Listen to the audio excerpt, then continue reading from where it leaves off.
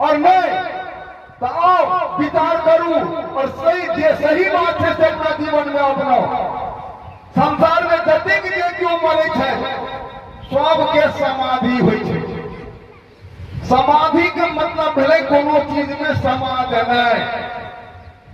ओ समाधि में क्यों अग्नि समाधि दो दै छथिन जिनका लग में धन छनि संपत्ति छनि गाछ छनि वृक्ष छनि। इंदिरा गांधी के जे समाधि भेलै अग्नि समाधि भेलै वेदोच्चारण के साथ भेलै वैदिक अनुष्ठान का नामपुर भेलै जाहिमे जतेक शरीर के ओजन रहे ततेक चंदन रहे ततेक सरल रहे ततेक धूमन रहे ततेक केसर रहे ततेक घी रहे और एहि प्रकारे ओकर शरीर के माने अग्नि समाधि भेल।